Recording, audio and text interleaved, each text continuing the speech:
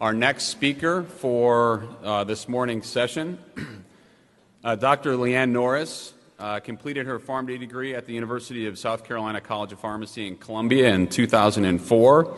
She then completed a PGY-1 residency at the Moses Cone Health System in North Carolina, and then a PGY-2 residency within Moses Cone, also in Greensboro, a couple of years later. She's now assistant professor at the South Carolina College of Pharmacy, and her practice site is located at the William Jennings Bryan Dorn VA Hospital, where she is clinical pharmacy specialist in medical oncology and hospice and palliative care.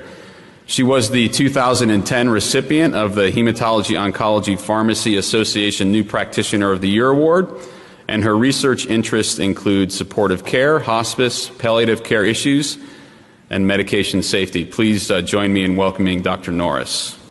All right, good morning. How is everyone? Yeah? All right, so quick show of hands. Anyone in here work in oncology? Okay, so quite a bit. That's awesome. So you guys can just tune out, right, for the next hour and a half. Thank you to ACCP for having me back. I think this is like my 6th or 7th year. I will have to say, it never gets any easier doing this. The room always seems either longer or wider. So it's still kind of that gut check when you walk in the door. But thank you for being here on a Saturday morning. I'm always very excited to talk about oncology, and especially in the area of supportive care. Okay, so let's start out with our learning objectives. We're going to identify, assess, and recommend appropriate pharmacotherapy for managing common complications of cancer chemotherapy. We'll spend a lot of time talking about nausea and vomiting, myelosuppression and the appropriate use of growth factors, infection, anemia and fatigue, cardiotoxicity, and extravasation injury. And you'll notice that there are a lot more topics that are covered in your oncology chapter. I've kind of pulled what I think are the most important topics, and probably topics that would be areas for potential questions on the exam. So we'll kind of get into that. Number 2, we're going to assess and recommend appropriate pharmacotherapy for managing cancer-related pain. Assess and recommend appropriate pharmacotherapy for oncologic emergencies, and really we'll kind of go over these kind of quickly at the end, including hypercalcemia, hyperuricemia, and spinal cord compression. Okay, so let's go ahead and get into the first case. A 60-year-old woman was recently given a diagnosis of advanced non-small cell lung cancer. She will begin treatment with cisplatin 100 milligrams per meter squared plus vinorelbine 30 milligrams per meter squared, which is the most appropriate antiemetic regimen for preventing acute emesis. So if everyone will kind of get their cards out, is it A, aprepitant plus palinositron plus dexamethasone, B, aprepitant plus prochlorperazine plus dexamethasone, C, aprepitant plus granisetron plus ondansetron, or D, lorazepam plus ondansetron plus metoclopramide? All right, so a show of hands. Okay, good. So I'm seeing a lot of blue, which is excellent. Okay, so quickly we're just going to discuss the common definitions of nausea and vomiting. I'm sure most of you are familiar with these, but just as a reminder, nausea is the most common complication that our cancer patients unfortunately suffer from after the initiation of chemotherapy. You know, nausea is that inclination to vomit, whereas vomiting is actually the expulsion of gastric contents. And then there's the retching. The retching is the labored movement, which can often be associated with, you know, periods of pain after retching, or periods of retching if they have had those types of issues for a longer period of time. You know, we find that most of our cancer patients do suffer more from nausea than from vomiting. Not every patient, but we know that every patient is affected by chemotherapy very differently, and so sometimes it is hard to assess or determine how severe those patients are going to experience these symptoms. Other kind of key definitions to remember are the differences between the varying types of nausea and vomiting. So we have acute, which is considered the first 18 to 24 hours after chemotherapy. Delayed, which is 18 to 24 hours after chemotherapy, and this is the one that sometimes we not necessarily that we forget about, we hopefully as practitioners we're counseling our patients about, but this is really the type of nausea and vomiting that often our patients forget about. So they get chemotherapy on day 1, they wake up on day 2, they feel great, maybe on day 3 they feel fine, day 4 they are extremely nauseated, perhaps making a couple of trips back and forth to the bathroom. And so delayed nausea and vomiting, is really considered any time later than 18 to 24 hours after chemotherapy. So it's really important in regimens or in patients that we know that are at high risk that we do a good job of kind of prophylacting and giving them the appropriate medications for delayed nausea and vomiting. Anticipatory is exactly what it sounds. It's triggered by sight, smell, or sounds due to inadequate control of nausea and vomiting in the past. It's found that if they have a good first cycle of chemotherapy, it's not a guarantee that their subsequent cycles are going to go well, but usually it's a bad sign if they have a really poor first cycle in terms of nausea and vomiting, side effects, etc. So certainly it is an experienced type of nausea and vomiting in terms of, they can walk through the building, smell the same smells, kind of walk into the chemo clinic infusion area, and all of those things kind of bring back past memories of those episodes of nausea and vomiting. And we'll kind of get into that more in the next couple of slides. Then we have breakthrough. This is emesis that occurs the day of chemotherapy despite appropriate prophylaxis. And so that's why it's always good to make sure that you send your patients home with some sort of prophylactic regimen. So we'll get into that more as well. And then finally, refractory. And refractory is where there is a lot of ongoing research and where we do have some kind of not newer drugs, but newer recommended regimens for refractory nausea and vomiting. This is when it occurs during treatment cycles when antiemetic prophylaxis and or rescue therapy have failed in previous cycles. Okay, so just as a reminder of kind of where the vomiting center is, the chemoreceptor trigger zone certainly is where we see most of our effects of our medications that we have now for the use of chemotherapy-induced nausea and vomiting. It is important to remember, however, with anticipatory, this is more associated with that higher cortical center. This is associated with that memory, the fear, the anticipation of getting sick. And so this is why benzodiazepines are typically the drug of choice for this, and we'll kind of talk more about this.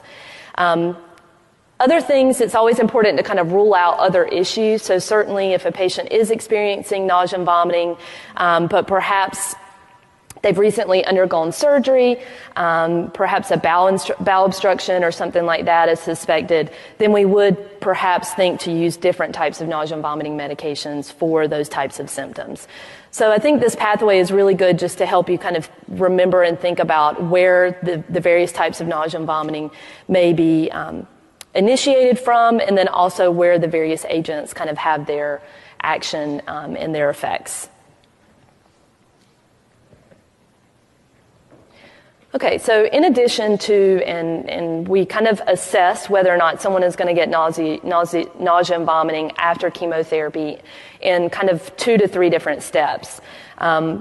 One of the first steps that we always want to do is a patient assessment. So we want to look at the individual patient and kind of do a risk factor assessment to determine whether or not we feel these patients are going to be at high risk. And certainly this is a great opportunity for pharmacists to become involved in this patient's care through counseling, et cetera. So what I like to do is I like to go to our patient and kind of have a pretty lengthy conversation about past history of nausea and vomiting. And some of these are very easy. You actually don't have to talk to them to get this information, but some of it you do have to dig a little. So you can see here younger patients or those less than 50 years of age are at higher risk for nausea and vomiting. Certainly females are at higher risk, and if you kind of scroll down a couple of bullet points, you'll see that one of the reasons for that is if they have previously had children and had a history of nausea and vomiting during that pregnancy, then certainly that would be an additional risk factor for being female in gender. Also, history of motion sickness. So this is usually something you're going to have to ask the patient about. History of car sickness, motion sickness on, roller coaster rides, etc. All of this would be included. Poor control of nausea and vomiting in previous chemotherapy cycles. So if they're a patient that perhaps was diagnosed with cancer a couple of years ago, they underwent treatment, they've been in remission, and now their cancer has come back and they're going through chemotherapy again, knowing kind of how they did in terms of nausea and vomiting with that first diagnosis of cancer is very important going forward in terms of making sure that we give appropriate prophylaxis for these patients. Certainly, history of chronic alcoholism. This actually decreases the incidence of emesis. I've always been amazed in the VA patient population of how well our patients do considering some of the highly emetogenic regimens that we give them. And so it's always interesting to me to ask if they drink alcohol, how long have they drank alcohol, how much do they drink. And so it has been found that these patients that have a history of chronic alcoholism will actually do better. So they will have less nausea and vomiting. And then the emetogenicity of the chemotherapy regimen itself is very important. Okay, so if you look through your chapter that I provided for you, I kind of give a very lengthy history of kind of where we are, where we've been, kind of where we're going in terms of the emetogenicity of the chemotherapy regimen. There are several schemes that have been proposed. There was an original regimen, you can see here, that was broken down to none, mild, moderate, severe. Then we kind of moved into the Hesketh model in terms of ranking the percentage of emesis that would occur. And then now we're into our current model, which is divided into 4 levels for our IV chemotherapy, 2 for our oral. And you can see here the 4 levels really are divided: minimal, low, moderate, and high emetogenic risk. And this is based off of the percentage of patients that would actually get nausea and vomiting if they were not given any type of prophylactic medication. Okay, so certainly our highly emetogenic risk patients are our patients that we're really concerned about. And to be honest with you, I don't write any of the questions for BCPS, but I would think that this would be an area that they would likely target for questions, just because a lot of our newer agents are utilized for prophylaxis in the highly to moderate kind of emetogenicity range. Then there's the levels for oral chemotherapy, as I stated a few minutes ago. These are broken down into 2 separate categories: either prophylaxis recommended and PRN recommended. And you'll see that I have those outlined in your chapter. Should you memorize all of those medications? No, you should not. Kind of one big key, or maybe 2 kind of pearls in terms of studying. I would suggest that you keep in mind that the majority of the oral chemotherapy agents are in the second category, where it's, as needed. And so you'll find that most physicians are going to write them a prescription, or at least the physicians that I've worked with are going to write them a prescription for some sort of prophylactic antiemetic once the oral chemotherapy is initiated. In terms of kind of how do you digest the levels or the categories for where the chemotherapy agents kind of fall into place, I would suggest kind of memorizing or learning a couple from the highly emetogenic category, learning what's kind of in the minimal category, and recognizing that kind of everything else is in between. I think that's the best way to kind of study for this exam in terms of where I think you'll get targeted for questions. So for the highly emetogenic category, certainly cisplatin, so that's a hint from this case, that cisplatin is considered highly emetogenic. It used to be only high doses of cisplatin. Now it's in the guidelines, the National Comprehensive Cancer Network guidelines. They're recommending that every patient who gets cisplatin, regardless of what dose, this regimen would be considered a highly emetogenic regimen. So anytime you see cisplatin, certainly that should be a red flag. This could be considered a highly emetogenic regimen. Then also the other kind of regimen that's highlighted is AC. AC stands for adriamycin or doxorubicin and cyclophosphamide. Certainly they feel that this regimen, because the majority of this time when this regimen is utilized, it's utilized for the treatment of breast cancer in female patients, and because we know female patients are at a higher risk, that's another reason why this category is kind of grouped into the highly emetogenic category. And if you follow the old Hesketh model for how you kind of categorize multiple drugs in one regimen, this would kind of place you up into the higher regimen if you individually look at each agent and then make an assumption based off of the two of them combined. So AC and cisplatin certainly considered highly emetogenic. Other things, very high doses of cyclophosphamide, which you would likely only see in bone marrow transplant cases. Those are kind of the major three, I would say, that kind of stand out in my mind. Then you have your minimal, and this used to be low, so I still have to stop and think about the minimal category and what's in this category. You'll see that if you look in your chart, a lot of the agents in this category are monoclonal antibodies. So we know that monoclonal antibodies don't really contribute to emetogenicity, although I have seen like 1 or 2 patients that have gotten sick off a monoclonal antibody. I think it was something else totally unrelated.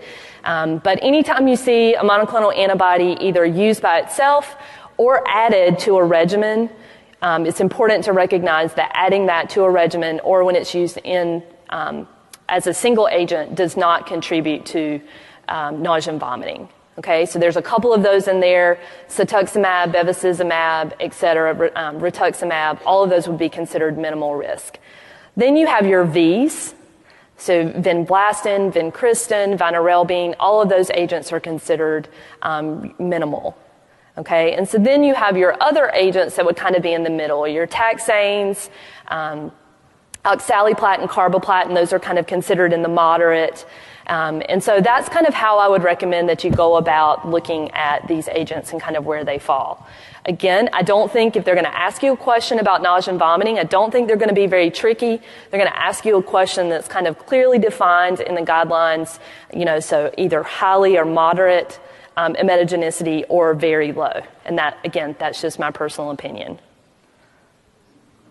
Okay, so kind of thinking back to this case, certainly we're going to go through the patient factors. So remember, this was a patient with non-small cell lung cancer. Cisplatin and vinorelbine were the agents that were utilized for the treatment of this cancer. You can see that this patient was female, so I gave you that information in the case. We talked about how cisplatin is in the highly emetogenic category. So again, that should be a red flag right away that we need to use a regimen that is effective against perhaps both acute and delayed nausea and vomiting. So some of your other options, prochlorperazine is generally not utilized for highly emetogenic chemotherapy. It is a great agent to use as prophylaxis for, say, breakthrough, perhaps even an agent that if you haven't utilized it already for refractory nausea and vomiting, but it's typically not utilized in our highly emetogenic regimens for prophylactic use up front. Then you have lorazepam. That was another option in the options that were given for the case. It's useful for minimizing anticipatory symptoms. We'll get more into that, but it certainly should not be utilized by itself in terms of prophylaxis. And then we have aprepitant for the highly emetogenic chemotherapy and regimens causing delayed symptoms. You'll see that dexamethasone is used in combination with a lot of these products because it has been shown to improve antiemetic activity by 10 to 20%. And that's one of the reasons why if you were to ever go and pull any of the antiemetic trials, you'll always see dexamethasone kind of utilized in combination with these regimens. And you'll also see that our 5-HT3s are utilized in combination with some of these newer NK1 agents as well, because it would really be unethical at this point, knowing what we know about 5-HT3s, to study a newer agent with a newer improved mechanism of action without giving patients at least something for nausea and vomiting. So that's why these kind of therapeutic agents are used in combination and are thought to be efficacious or more efficacious that way. Low-dose metoclopramide has activity similar to phenothiazines. We know that higher doses block serotonin receptors, and years ago, before we had 5-HT3 antagonists, these kind of were the workhorse agents for treatment or prevention of chemotherapy-induced nausea and vomiting. The disadvantage is that we know that we did have to use it at very high doses in order to hit those receptors, and so unfortunately it caused a lot of Parkinson's-like syndrome type side effects when they are used at these doses. So that's why we really no longer use this therapy primarily for highly emetogenic regimens. But it can be utilized for preventing and treatment of delayed therapies, and it was often a great agent for delayed nausea and vomiting. And so, again, you can't kind of really rule it out as an option, but it's not generally the first thing that we're going to think about in terms of treatment for delayed nausea and vomiting. Okay, so the answer is A, aprepitant plus palonosetron plus dexamethasone. I'm not sure how specific they'll get on the exam in terms of what you need to know as far as dosing. I would kind of refer you back to the chapter. There are a couple of different dosing schemes that I've provided for the use of aprepitant. It did initially come in an oral preparation. It's still available that way, but that was the way we mostly utilized it, 125 milligrams by mouth on day 1 and then 80 on day 2 and day 3. Since then, we have the prodrug agent fosaprepitant that I would say probably 90% of the infusion centers are using at this point because it is IV. It can be given one time and you don't have to repeat any subsequent doses. Okay, so I do think that's important. You may want to put a star beside that. We do have 2 newer agents that I included in the chapter this year. I'll be completely honest with you, I have no experience using these agents. Our facility mostly uses fosaprepitant. I've kind of asked around. I don't really know of anyone that's really using relepitant yet. I have discussed with a few colleagues, I guess, that are using the neutropenia combination and the palonosetron combination. So I don't expect, honestly, a lot of questions about that on the exam. But, I do think it's important to recognize now that there are kind of 2 other NK1 agents that might be utilized and have been approved for the use for prophylaxis for highly emetogenic regimens.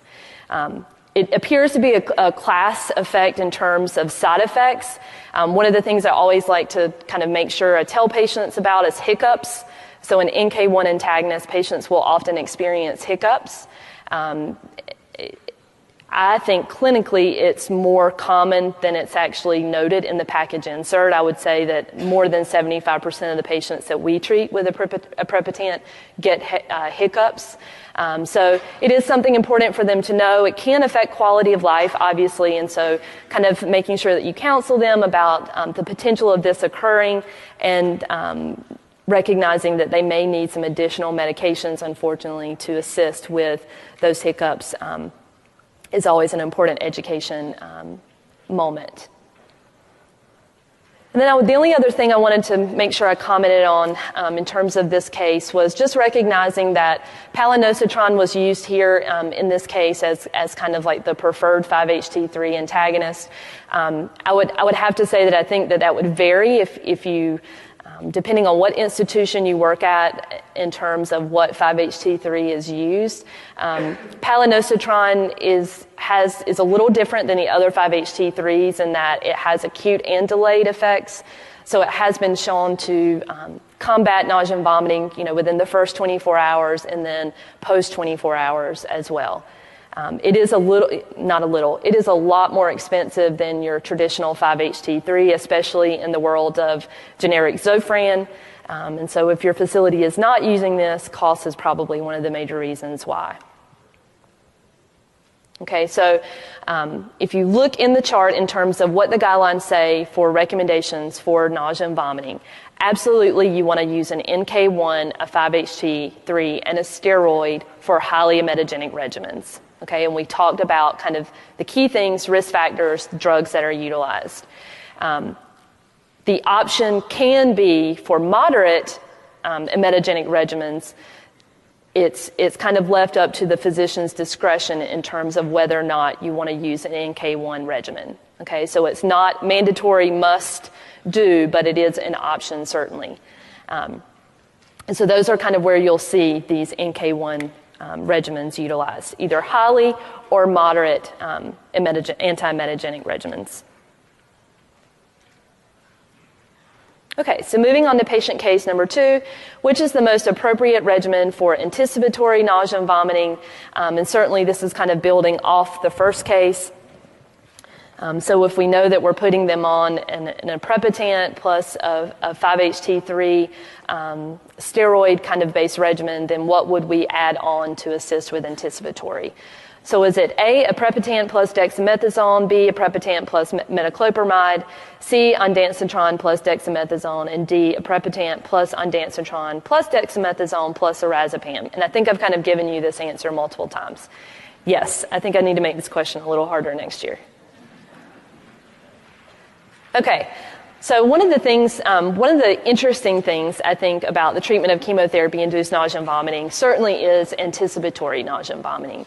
As we talked about, it can be triggered by sight, smells, sounds, and really just a previous history of inadequately controlled nausea and vomiting. And I tell this story every year, but I think this story is so great in terms of how to think about what happens in a patient. So I worked with one of my pharmacy colleagues that I worked with at a hospital about, 8 years ago. Her husband was diagnosed with Hodgkin's lymphoma. And I get a call in the clinic one day, and she said, "Leanne, I don't know what to do. He continues to have nausea and vomiting. I think he was on his 3rd cycle at this point." She said, "He is on everything that he can be on. I just don't understand what the problem is." And I said, "Well, kind of tell me about his day. Kind of tell me what happens. Tell me what he has to say about his treatment, etc." She said, "Well, he does the same thing. He has the same routine every time he goes to get chemotherapy." So I'm like, "Okay, what is that?" "Well, his mom picks him up. She takes him to IHOP. They have breakfast. Then they go to Barnes & Noble. He buys a book. Then they head over to the treatment center. And then that's where they sit, for several hours while he gets his chemotherapy." I said, "Well, I think maybe what you're describing to me is he's getting anticipatory nausea and vomiting because he's going through the same exact process and routine every time he goes to get treatment. And so he associates that same exact process with nausea and vomiting." And she's like, "Wow, I never thought of that." So I said, really just tried to think about changing up his routine. Now, is that going to work every single time? Absolutely not, because most of the time it's just walking through the facility that can cause anxiety and get patients to start feeling nauseated. But I do think it's important to, as part of the patient education as a pharmacist, to recognize when patients are kind of having these similar symptoms and kind of what you can do to assist in treating this. You'll see that if you look back in the chart in your chapter, every recommendation, regardless of whether it's highly emetogenic, moderate, low, or minimal, will always say plus or minus lorazepam for anticipatory nausea and vomiting. And that's because we are supposed to, as healthcare professionals, do an assessment, especially after the first cycle, to ensure that they are not kind of having these types of symptoms. Okay, so serotonin receptor antagonists are generally not thought to be effective for anticipatory symptoms. So again, one of the options that I gave you was ondansetron plus dexamethasone is really just not a great option by itself. Our kind of highest effective regimen in terms of our regimen that's utilized for acute and delayed nausea and vomiting is typically a great option for delayed, again, but not for these anticipatory symptoms. And remember that a lot of this is because of the effects on the higher cortical center, the memory, the fear, the anxiety, etc. And so then again, aprepitant plus metoclopramide, not a great option. So benzodiazepines, especially lorazepam, or I think in most facilities, lorazepam is perhaps the easiest agent to use because it is available in a couple of different dosage forms. We know that it does have minimal antiemetic activity as a single agent, but it can be useful in combination or as an adjunct for anticipatory. Part of this is that it does kind of cause that amnesia effect. And that's what is thought to help prevent those anticipatory nausea and vomiting symptoms. It also calms patients down. It gives them the relief of their anxiety. Perhaps it makes them a little drowsy. And so that's really what we want, so that they can come in, kind of get treatment, and effectively be treated. And this goes, if you're an inpatient pharmacist that's treating a patient as well, and they get admitted for, an overnight infusion type regimen, this would be the same as well. You want patients to come in to be comfortable, to be relieved of anxiety, and hopefully that will relieve some of those anticipatory subsequent side effects. And then you'll see here it can be utilized for the management of akathisias caused by some of these other medications. So it really does kind of have a couple of different mechanisms. We do know that it has adverse events, obviously. Amnesia is the one that we actually want. So this is, again, what we think is kind of the mechanism of action of why it's effective for anticipatory nausea and vomiting. Certainly sedation, hypotension, any type of perceptual disturbances. But again, some of these side effects are somewhat desirable in this setting. Okay, so getting back to our case, if we had a patient that had anticipatory nausea and vomiting, certainly adding lorazepam to their baseline therapy would be appropriate and would be the best answer. And the only other thing I would say kind of before we move off of nausea and vomiting, don't forget that also in the guidelines, and this is outlined in your chart as well, that 2 other agents are kind of listed at the bottom in terms of plus or minus in addition to your main chemotherapy regimen. So that would either be like a PPI or an H2 antagonist. So as you know, or at least in my experience, majority of patients are already on one of those, it seems, for one reason or another. But if they're not and they're having dyspepsia, things of that nature, certainly adding on one of those agents to assist with those types of symptoms, which we know can exacerbate and lead to nausea and vomiting, would certainly be appropriate. So that's something else to kind of think about going forward. Okay, so patient case number 3. We have a 75-year-old man who has metastatic prostate cancer. The main sites of metastatic disease are regional lymph nodes and bone. And specifically, he has several hip lesions. He has aching pain with occasional shooting pains. The latter are thought to be the result of nerve compression by enlarged lymph nodes. He's been taking oxycodone, acetaminophen combination, 2 tablets every 4 hours, and ibuprofen 400 milligrams every 8 hours. His current pain rating is an 8 out of 10, and he states that his pain cannot be controlled. Which of the following choices is best to manage his pain at this time? A, increase the oxycodone acetaminophen combination to 7.5 milligrams, 2 tablets every 4 hours. B, increase it to 10 milligrams, 2 tablets every 4 hours. C, discontinue the oxycodone combination and ibuprofen and add a long-acting morphine every 12 hours. D, discontinue the oxycodone acetaminophen combination and add morphine every 12 hours. Okay, so a show of hands.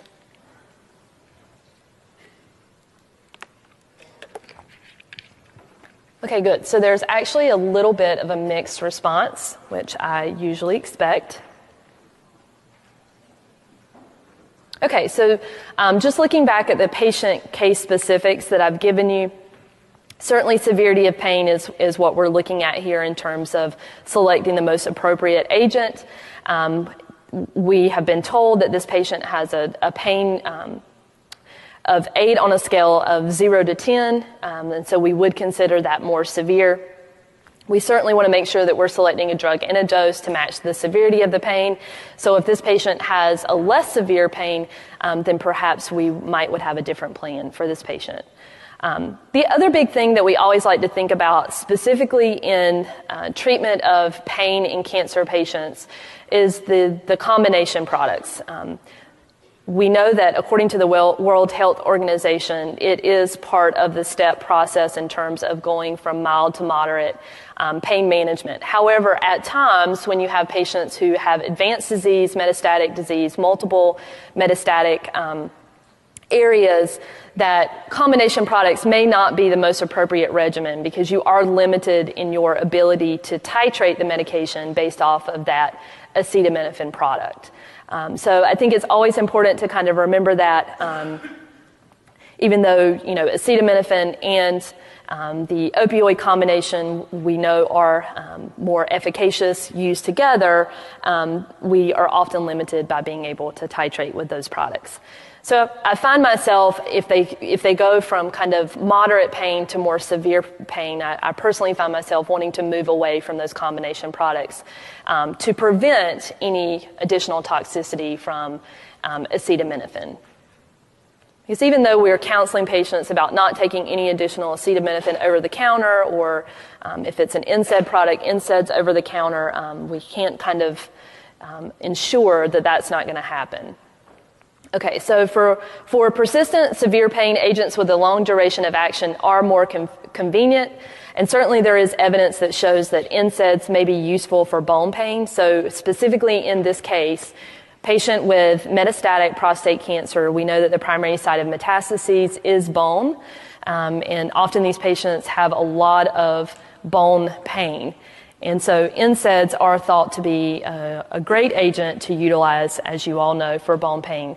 And so that's one of the reasons why, if you opted to keep this on in this patient to assist with the treatment of his pain, that would likely be a good option. So you can see here the answer is D, discontinue the oxycodone-APAP combination and add a morphine therapy sustained release product every 12 hours. Now, the big thing, and this hasn't changed regardless of if you're treating cancer pain patients or a non-cancer pain patient, but just knowing that if you put someone on a long-acting medication, then you're likely going to have to supplement with some sort of breakthrough agent as well. So making sure that you kind of remember that. And then also, in addition, anytime you put a patient on an opioid therapy, you're going to want to make sure that they have some sort of prophylactic GI regimen in terms of preventing constipation, because we know that that is the major side effect, that patients who are on opioid therapy, they never develop tolerance to constipation. Okay, so now talking about going back to this case. If you remember, we talked about how he has aching pain with occasional shooting pains, and that this is thought to be the result of nerve compression by enlarged lymph nodes. So kind of knowing that, for patient case number 4, which is the most appropriate adjunctive medication for this patient's pain? A, naproxen, B, single agent acetaminophen, C, gabapentin, or D, baclofen. Okay, I think my questions are way too easy. Or you guys are just super smart. Okay, so certainly there are a couple of considerations for pain management. I think recognizing when patients are describing a different type of pain versus your more nociceptive pain, your dull, achy kind of pain, when we start moving into more of a burning, tingling, maybe even a sharp kind of pain, we start to think that perhaps it is a different type of pain and we're going to need to utilize a different agent to treat it appropriately. Adjuvant analgesics are added to opioid regimens for a variety of pain syndromes. Certainly there are newer agents, Cymbalta, et cetera, that can be utilized as well. I think gabapentin is probably the oldest regimen, so if you work in a cost containment hospital like I do, you're certainly going to reach for that older agent that's cheaper first. But we do know the issues with gabapentin in terms of lots of sedation, especially initially, and then having to frequently titrate to get the desired effect for these patients can be difficult and frustrating for the patient as well. So those are, unfortunately, some disadvantages of using gabapentin, our older agent, so to speak. As I said earlier, NSAIDs can be utilized for bone pain, but again, he's describing, or this patient is describing, a different type of symptoms, so we need to think about that. Certainly, various types of antidepressants and even anticonvulsants are useful for neuropathic pain. Opioids are less effective in neuropathic as in comparison to nociceptive pain, which we just stated earlier. And we know that neuropathic pain is very common, especially when you've got some sort of tumor that's infiltrating a nerve or as a result of nerve compression, which certainly can be very common in a lot of these patients that have metastases to the bone. So you can see here again, just as a review, neuropathic pain is characterized by sharp, shooting, dysthesias, burning, gnawing, etc. Those are all kind of words that can be used from a descriptive standpoint to assess what type of pain the patient is having. So in this case, certainly answer C, gabapentin, is the best answer. I can't really give you any ideas in terms of how many questions you're going to get about pain management, specifically cancer pain on the exam. I would say, general rules of thumb, understanding, as probably all of you do since you're practicing clinicians, making sure that you know the conversions from one opioid to the other. In a separate board exam, I can recall there being other questions about titrations and converting from, IV to PO. So making sure you understand how to do that. And then also the major kind of ancillary medications that may need to be added to a patient that's perhaps on an opioid therapy regimen.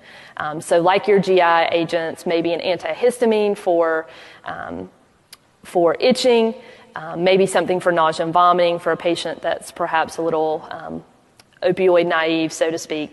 So those are kind of the key things I would say to focus on studying for the exam going forward. And those are likely things that you may not even need to study because you probably utilize those every day as part of your clinical practice. One other thing I would say, you may get a question about fentanyl patches because I think most people, when they think about cancer pain, they think about fentanyl patches. I would say that it's likely, I would doubt that you would get a question about transitioning perhaps a patient from a fentanyl patch back to some sort of IV or PO just because that kind of transition may change or the recommendations for what you use may change depending on where you look. So I think the big thing is just understanding the dosing of fentanyl patches, about how, the first 24 hours you may need an additional agent for until the patient kind of starts to feel efficacy from the patch, recognizing that they need to be changed every 72 hours and that kind of thing. Outside of that, I would be really surprised that you got asked any additional questions on fentanyl patches. Okay, so patient case number 5. You have a 50-year-old woman who's receiving adjuvant chemotherapy for stage 2 breast cancer. She received her 3rd cycle of doxorubicin and cyclophosphamide 10 days ago. Again, this is the AC regimen. Her CBC today includes white blood cell count of 600, segmented neutrophils of 60%, bands 10, monocytes 12%, basophils 8%, and eosinophils 10%. She is afebrile, which best represents this patient's ANC. A 600, B 360, C 240, or D 420.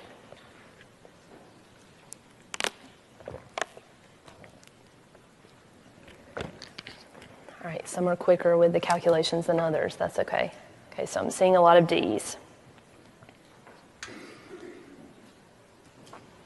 All right, so certainly ANC is very important if you work inpatient and have to follow patients that are getting chemotherapy. You know that myelosuppression is probably the most common dose-limiting side effect of chemotherapy regimens. I always tell my students, when in doubt, if you're worried about what the dose-limiting side effect of a chemotherapy agent is or the most common side effect of that regimen or agent, 99% of the time it's going to be myelosuppression. So if you're right with that, then you usually got the right answer. It is important, I think, that if you don't use this a lot in your common practice, that you do kind of refresh yourself with how to calculate ANC. It is the number of neutrophils plus the bands. And it's important in knowing the ANC in terms of predicting the risk of infection. So we know that when the ANC is equal to or less than 500, a patient is considered neutropenic. We certainly know that the risk of infection increases as the ANC drops below 1,500. Again, less than 500 is kind of the key mark in terms of neutropenia, and we know that the lower it gets and the longer it stays there, the higher risk for infection. Okay, so you can see here the ANC in this patient is 420.